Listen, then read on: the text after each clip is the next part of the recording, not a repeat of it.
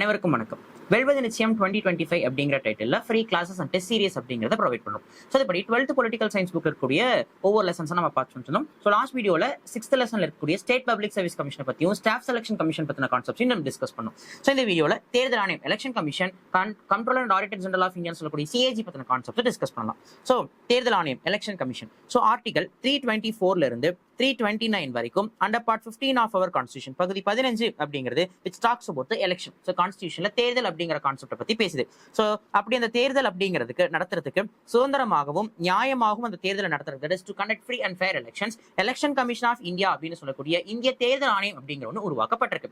To conduct free and fair elections for India, சுதந்திரமாகவும் நியாயமாகவும் தேர்தலை நடத்துறதுக்கு தேர்தல் ஆணையம் அப்படிங்கிற ஒரு அமைப்பை இந்திய அரசியலமைப்பு உருவாக்கி இருக்கு. ஓகேங்களா? ஸோ அப்படி இவங்க யாருக்கான தேர்தல் எல்லாம் நடத்துவாங்க அப்படின்னா குடியரசுத் தலைவர் பிரசிடென்ட், வைஸ் பிரசிடென்ட் துணை குடியரசுத் தலைவர், அண்ட் தென் பார்லிமெண்ட்கான எலெக்ஷன்ஸ். பார்லிமெண்ட் அப்படின்னு சொல்லும் போது போத் ஹவுசஸ் ஓகேங்களா. ஸோ லோக்சபா அண்ட் ராஜ்யசபா மக்களவை மற்றும் மாநிலங்களவைக்கான தேர்தல்.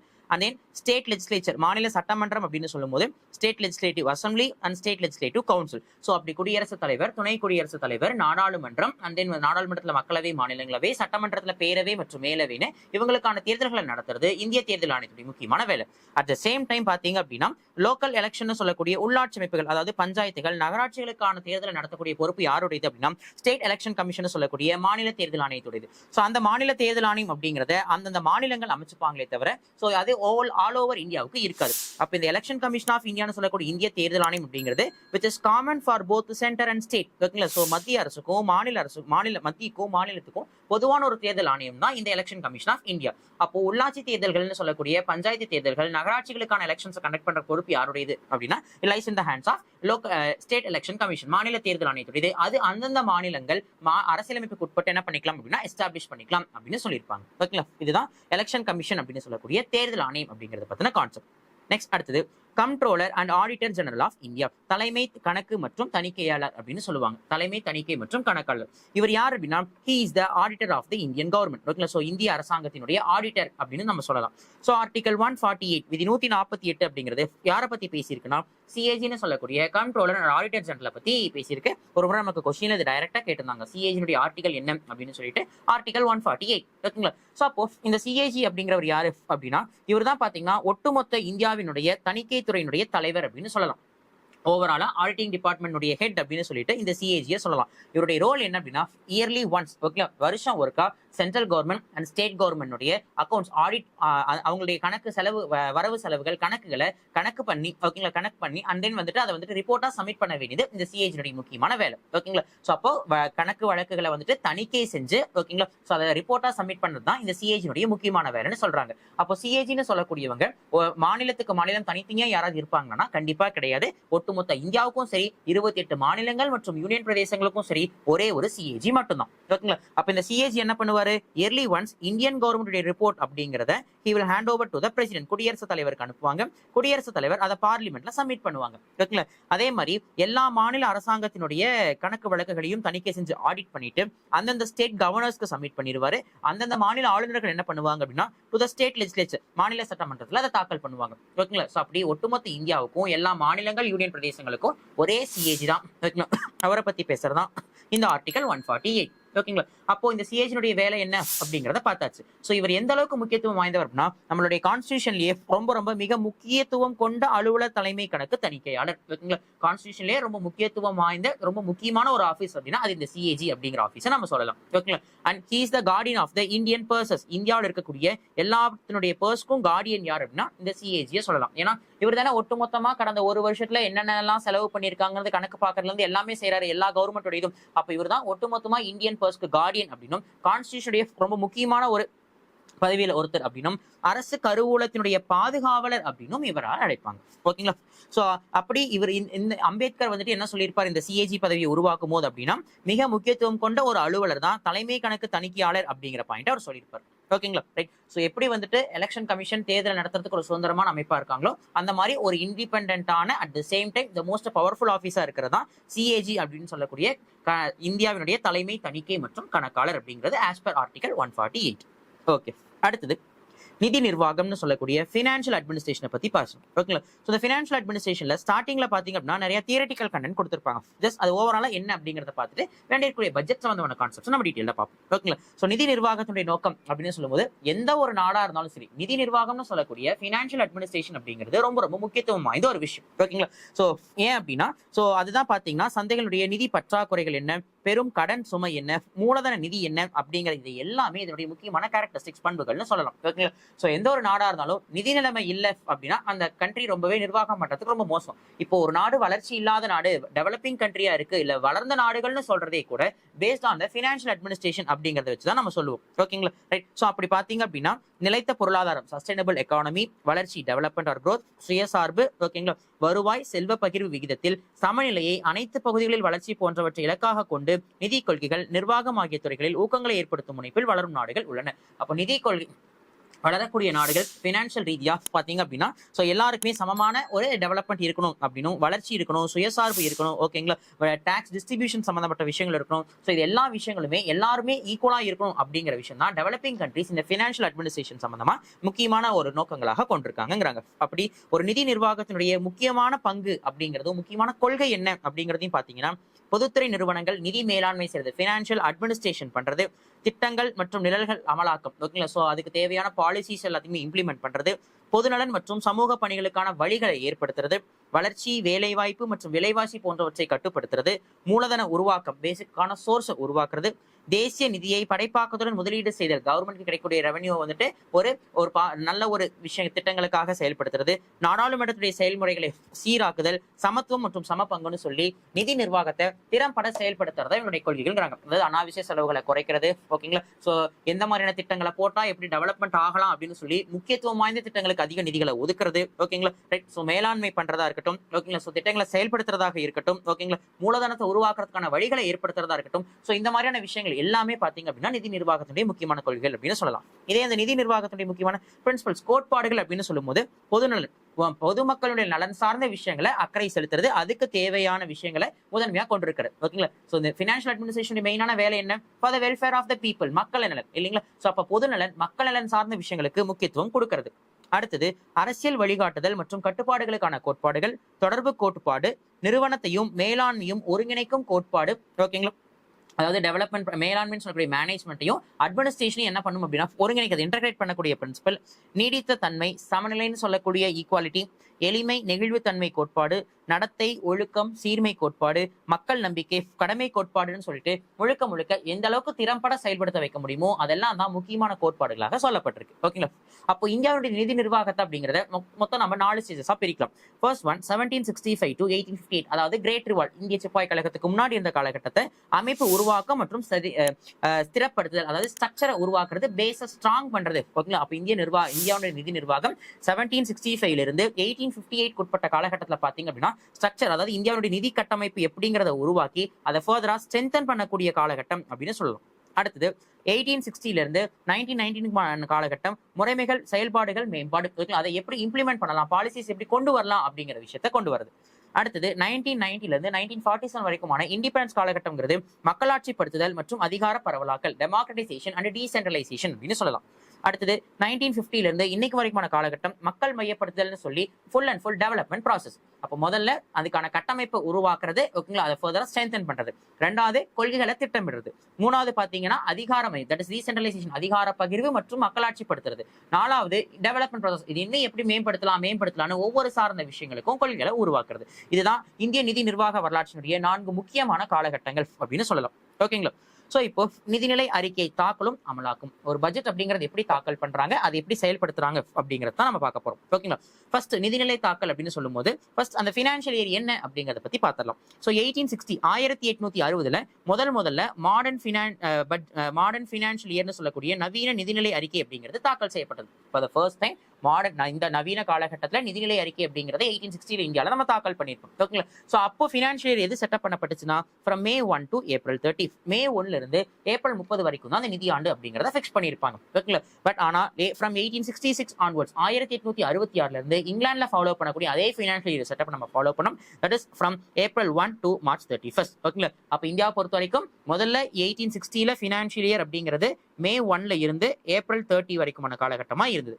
பட் 1866ல இருந்து இங்கிலாந்து அரசினுடைய நடைமுறையவே நம்மளும் ஃபாலோ பண்ணி ஃப்ரம் பாத்தீங்க அப்படின்னா ஏப்ரல் 1ல ஆரம்பிச்சு மார்ச் 31 வரைக்குமான காலகட்டத்தை நம்ம ஃபினான்ஷியல் இயர் அப்படிங்கிற மாதிரி சொல்றோம். ஓகேங்களா? ஸோ அப்படி இந்த நிதியாண்டுகள்ல நிதிநிலை அறிக்கை தாக்கல் பண்றாங்க இல்லையா? ஸோ அப்படி ஒரு நிதிநிலை அறிக்கையை தாக்கல் பண்றாங்க அப்படின்னா நியர்லி 6 months பிஃபோர் 6 மாதங்கள் முன்பாக. ஓகேங்களா? அதாவது பாத்தீங்க அப்படின்னா செப்டம்பர் டு அக்டோபர் மாதங்கள்லயே நிதி அமைச்சகத்திடமிருந்து சுற்றறிக்கை பெறப்பட்டவுடன் இது தொடங்குகிறது. அப்போ பட்ஜெட் தாக்கல் பண்றதுங்கிறது பினான்ஸ் டிபார்ட்மெண்ட் தாக்கல் பண்றாங்க அப்படின்னாலும் நிதி அமைச்சகம் தாக்கல் பண்றாங்கனாலும் எல்லா அமைச்சகங்களுடைய ஒருங்கிணைப்பு தேவை. ஏன்னா எல்லா அமைச்சகங்களுக்கும் எவ்வளவு நிதி இருக்கு, எவ்வளவு பற்றாக்குறை இருக்கு, எவ்வளவு செலவாயிருக்கு, இது எல்லாத்தையுமே கணக்கெடுக்கணும் இல்லையா? அப்போ பிப்ரவரியில தாக்கல் பண்றாங்கன்னா அட்லீஸ்ட் 6 months பிஃபோர் 6 மாதங்களுக்கு முன்கூட்டியே இந்த பட்ஜெட் தாக்கல் பண்ணக்கூடிய நடைமுறைகள் அப்படிங்கிறது ஸ்டார்ட் ஆயிடும். ஓகேங்களா? ஸோ அப்படி செப்டம்பர்ல அக்டோபர் மாதத்திலேயே இந்த அறிக்கை தாக்கல் செய்யப்படும். அண்ட் தென் அந்த சுற்றறிக்கை நிதிநிலை அறிக்கையில் இடம்பெறும் திட்டம் சார அம்சங்கள் என்ன, திட்டம் சாரா அம்சங்கள், வழிகாட்டுதல்கள் என ஒவ்வொன்றும் குறித்தும் இறுதி மதிப்பீடுகள் சமர்ப்பிக்க தொடர்புடைய துறைகளுக்கு ஒரு கால அளவை நிர்ணயம் செய்து அறிவிக்கும்.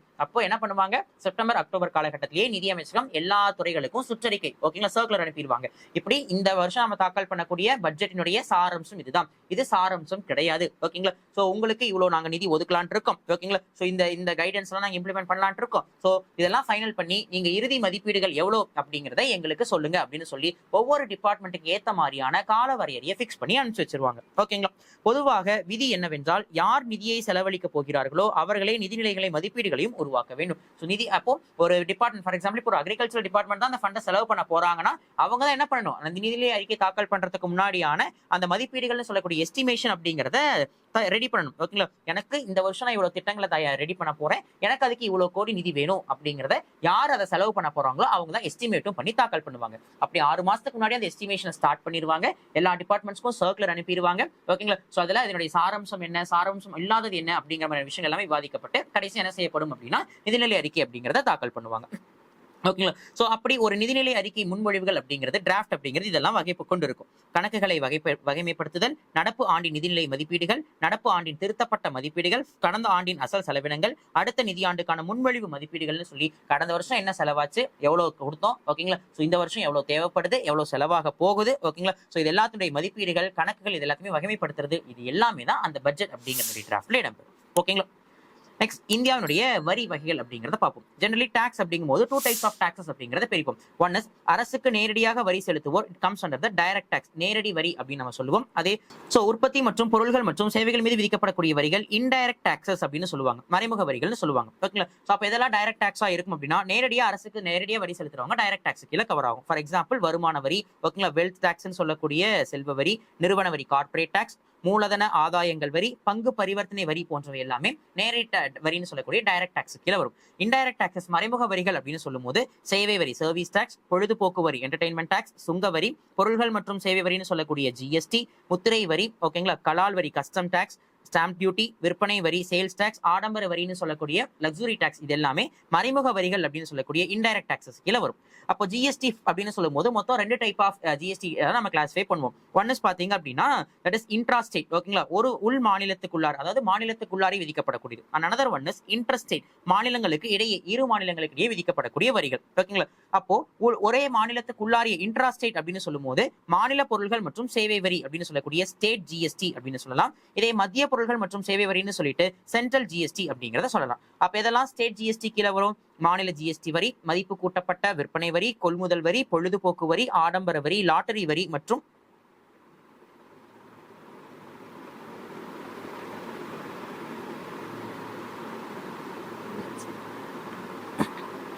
Mic check 1 2 3. சோ இதெல்லாம் வந்துட்டு பாத்தீங்க அப்படின்னா மாநில பொருட்கள் மற்றும் சேவை வரின்னு சொல்லக்கூடிய மாநில ஜிஎஸ்டி கீழ கவர் ஆகும். அப்படின்னா மாநில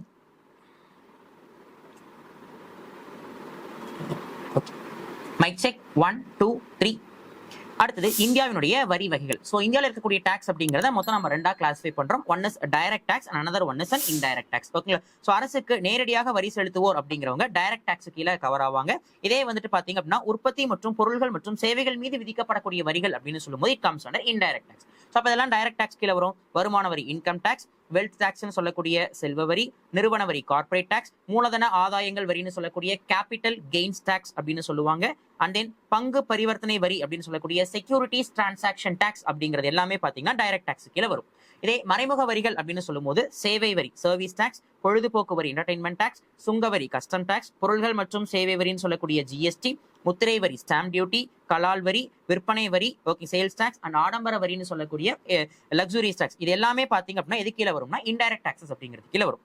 அப்ப ஜிஎஸ்டி அப்படின்னு நம்ம சொல்லும் போது பாத்தீங்க அப்படின்னா ஜிஎஸ்டியோட ஸ்லாப் அப்படிங்கிறது 13% இருக்கு. ஓகேங்களா? ஃபார் எக்ஸாம்பிள் 0%, 5%, 12%, 18% அண்ட் 28% அப்படின்னு சொல்லிட்டு வேரியஸ் ஸ்லாப் அப்படிங்கிறது இருக்கு. அப்ப எதுக்கெல்லாம் 0% அதாவது வரி விதிக்கப்படாது அப்படிங்கும் போது பாத்தீங்கன்னா சமையல் எரிவாயு, பெட்ரோல், டீசல், வான் எரிபொருள், இயற்கை எரிவாயு, மது ஆகியவை தவிர ஏனைய பொருட்கள் அனைத்தும் மதிப்பு கூட்டு வரி கீழே அடங்கும் அப்படின்னு சொல்லியிருப்பாங்க. இதே 5% ஆஃப் ஜிஎஸ்டி ஸ்லாப் அப்படின்னு சொல்லக்கூடியது மில்க் பவுடர், அதாவது பாத்தீங்க அப்படின்னா பால் சார்ந்த பால் பவுடர் போன்றவை எல்லாமே 5% ஆஃப் ஜிஎஸ்டி அப்படிங்கிற கேட்டகரி கீழே வரும். அண்ட் அதுக்கு அடுத்தது இதெல்லாம் வந்துட்டு 12% கீழே வரும் அப்படின்னா பட்டர், சீஸ், ஓகேங்களா? ஸோ அதாவது வெண்ணெய், நெய் போன்றவை எல்லாமே பாத்தீங்க அப்படின்னா 12% ஆஃப் ஜிஎஸ்டி அப்படிங்கிற கேட்டகரி கீழே வரும். நெக்ஸ்ட் 18% அப்படிங்கிறது பாத்தீங்க அப்படின்னா ஐஸ்கிரீம் ப்ராடக்ட்ஸா இருக்கட்டும், ஓகேங்களா? அண்ட் தென் பாத்தீங்க அப்படின்னா மினரல் வாட்டர், சூட் கேஸ், இது எல்லாமே 18% ஆஃப் ஜிஎஸ்டி அப்படிங்கிற கேட்டகரியில வரும். அண்ட் தென் 28% ஆஃப் ஜிஎஸ்டி அப்படின்னு சொல்லக்கூடியது வாஷிங் மெஷினா இருக்கட்டும், வேக்யூம் கிளீனரா இருக்கட்டும், எக்ஸெட்ரா, இது எல்லாமே பாத்தீங்க அப்படின்னா 28% ஆஃப் ஜிஎஸ்டி அப்படிங்கிற கேட்டகரி கீழே கவர் ஆகும். அப்ப ஜிஎஸ்டி அப்படிங்கும் போது நம்ம ரெண்டு சொல்லலாம். ஒன் இஸ் இன்ட்ராஸ்டேட், மாநிலத்துக்கு உள்ளார, another one is interstate, ஒரு மாநிலத்துக்கும் இன்னொரு மாநிலத்துக்கும் இடையில. அப்போ இன்ட்ராஸ்டேட்னு சொல்லும் போது ஸ்டேட் ஜிஎஸ்டி அப்படிங்கிறது வரும், இன்னொன்னு சென்ட்ரல் ஜிஎஸ்டி அப்படிங்கிறதும் வரும். ஸ்டேட் ஜிஎஸ்டி அப்படின்னு சொல்லும் போது மாநில ஜிஎஸ்டி வரி, மதிப்பு கூட்டப்பட்ட விற்பனை வரி, கொள்முதல் வரி, பொழுதுபோக்கு வரி, ஆடம்பர வரி, லாட்டரி வரி மற்றும் மாநில கூடுதல் வரி தீர்வை அப்படிங்கிறது வரும். இதே சென்ட்ரல் ஜிஎஸ்டின்னு சொல்லும் போது மத்திய சுங்கவரி, கூடுதல் சுங்கவரி, சர்வீஸ் டாக்ஸ், ஈடுசை வரிகள், கூடுதல் சுங்கவரி, கூடுதல் கல்வி மற்றும் இடைநிலை மேல்நிலை பள்ளி தீர்வை போன்றவை அதுக்கு இல்லாத கவர் ஆகும். ஓகேங்களா? சோ இதெல்லாம் தான் பாத்தீங்க அப்படின்னா ஜிஎஸ்டி அப்படிங்கிற கேட்டகரி கீழே நம்ம கவர் பண்ணக்கூடியது. அப்போ 5% போது மில்க் பவுடர், பால் சார்ந்த பொருட்கள் 5% கீழே வரும். அண்ட் 12% அப்படின்னு சொல்லும் போது பட்டர், சீஸ், பிக்கல்ஸ், ஊறுகாய், இதெல்லாமே 12% ஜிஎஸ்டி. ஐஸ்கிரீம், மினரல் வாட்டர், இது எல்லாமே 18% of GST. Washing machine, vacuum cleaner போன்றவை எல்லாமே பாத்தீங்க அப்படின்னா 28% ஆஃப் ஜிஎஸ்டி அப்படிங்கிற கேட்டகரிக்குள்ளார கவர் ஆகும். ஓகேங்களா? ரைட். சோ இதோட இந்த லெசன் அப்படிங்கிறது நமக்கு கம்ப்ளீட் ஆகுது. இப்போ இந்த லெசனுடைய புக் பேக் கொஸ்டின்ஸ் நம்ம பார்த்தலாம். அனைத்து இந்திய பணிகளின் உறுப்பினர்களை யார் நியமனம் செய்கிறார் அப்படின்னு பார்க்கும்போது குடியரசுத் தலைவர். மத்தியில் குடிமை பணியிடங்கள் நியமனங்களுக்கு பொறுப்பான ஒன்றிய அரசு பணியாளர் தேர்வாணைய குழு அப்படிங்கிறது பாத்தீங்கன்னா குடியரசுத் தலைவரின் அவசர சட்டத்தின் மூலம் 1950 உருவாக்கப்பட்டது. ஒன்றிய அரசு பணியாளர் தேர்வாணைய குழுவின் உருவாக்கம் அப்படிங்கிறது யாரால முடிவு செய்யப்படக்கூடியது அப்படின்னா பை த அரசியலமைப்பில் கூறப்பட்டுள்ளது.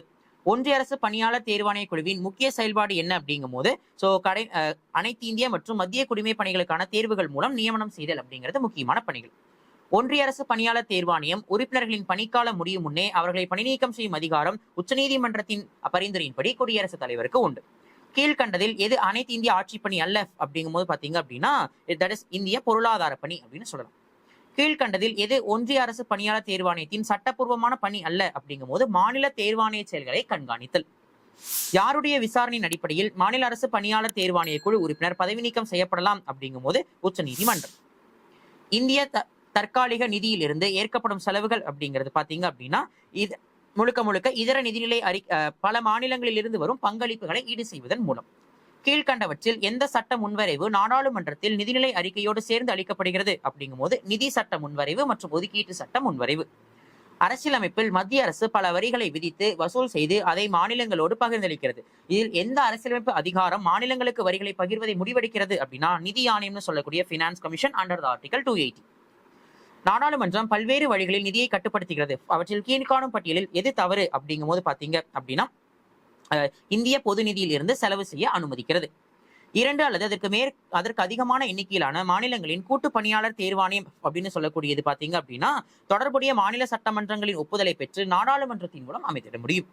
ஒன்றிய அரசு பணியாளர் தேர்வாணையத்தின் முந்தைய அமைப்பான அரசு பணியாளர் தேர்வாணையம் அமைக்கப்பட்ட ஆண்டு 1926. நாடாளுமன்றம் பொதுவாக 3 கூட்டத்தொடர்களை கொண்டது. கீழ்பவற்றுள் தவறாக பட்டியலிடப்பட்டுள்ளது எது அப்படின்னா இளவேநீர் கால கூட்டத்தொடர். மக்களவை மாநிலங்களவை விட உயர்ந்தது எதில் அப்படிங்கும்போது இவை அனைத்தும். 2 அல்லது 2க்கும் மேற்பட்ட மாநிலங்களுக்கு கூட்டு தேர்வாணையம் அப்படிங்கிறது சம்பந்தப்பட்ட சட்டமன்றங்கள் கூட்டு தேர்வாணையம் உருவாக்க தீர்மானம் இயற்ற பின் நாடாளுமன்றத்தால் உருவாக்க முடியும் அப்படிங்கிறது. ஓகே, ஸோ இதோட பாத்தீங்க அப்படின்னா நமக்கு 12th பொலிட்டிக்கல் சயின்ஸ் புக்ல இருக்கக்கூடிய 6th லெசன் அப்படிங்கிறது நமக்கு கம்ப்ளீட் ஆகும். ஓகே, ஸோ இந்த வீடியோல பாத்தீங்கன்னா election commission, CAG and financial administration, GST, tax slabs அப்படிங்கிறத பத்திலாம் நம்ம பார்த்துருக்கோம். ஓகேங்களா, ஸோ அடுத்த வீடியோல பாத்தீங்க அப்படின்னா 12th பொலிட்டிக்கல் சயின்ஸ் புக்குடைய 7th லெசனுடைய கான்செப்ட்ஸ் நம்ம டிஸ்கஸ் பண்ணலாம். Thank you all.